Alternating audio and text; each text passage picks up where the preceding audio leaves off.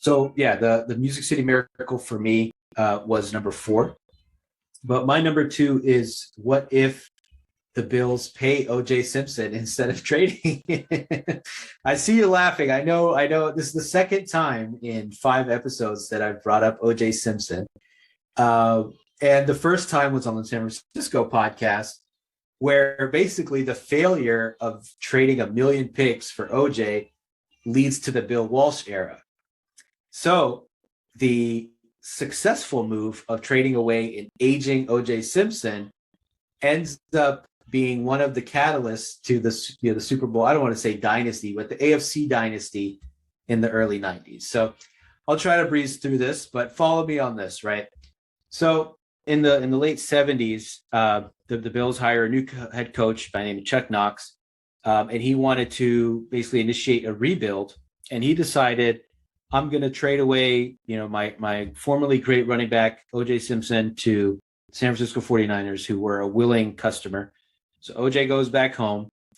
The Bills end up getting 5 picks, including, because the Niners ended up sucking, the 1979 first overall pick. They draft a linebacker by the name of Tom Cousineau. And the reason he's important is because this gentleman chooses not to play for the Bills. He's like, you're not offering me enough money. There was a situation where he flew out to Buffalo after the draft and they didn't take him out to dinner. Just crazy things that just wouldn't happen in this era of the NFL. But he goes to the CFL. He plays for a couple years there. He wins a Grey Cup MVP. So he's obviously a great player.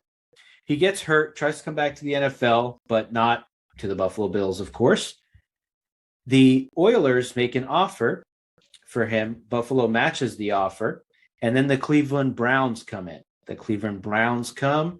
They make an offer to Cousineau. Cousineau accepts. And they end up sending 3 draft picks over the next 3 seasons, a first, a second, and a third. So they turned OJ Simpson into 8 draft picks.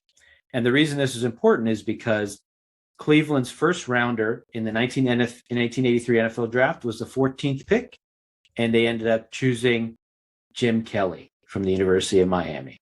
So it's a pretty clear what if.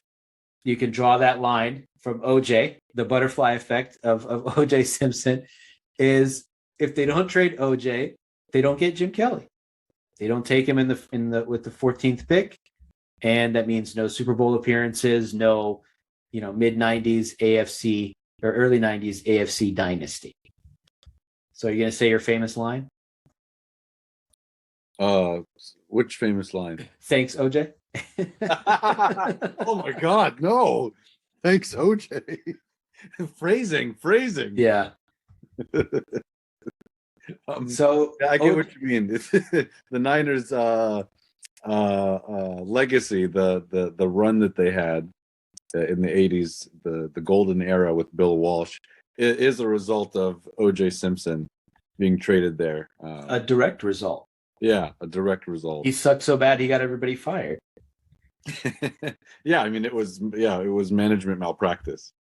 And it's just so funny, like reading back these old stories of, it's just a lack of professionalism of this. Your first overall pick comes to town and you stand him up at his hotel and he gets mad and says, you know what, I'm going to go play in Canada. It's just so funny to think we think of the NFL as it's obviously now it's this multi-billion-dollar organization. It's all, super professional, but I think back then it was still more of a mom and pop organization. It operated probably more like The Office than a global conglomerate. So I love these kind of stories. But yeah, so no OJ trade, no Jim Kelly, no Super Bowls, et cetera, et cetera, et cetera. So. And then this is an interesting what if, because a lot of the times when you have a franchise like Buffalo, your what ifs are usually centered around some sort of heartbreak. But this is more so of a pivotal moment in franchise history that set up a lot of some of the success that they saw. Although they came up short, a lot of it was made possible because of this. Yeah. And I have another one like that coming up.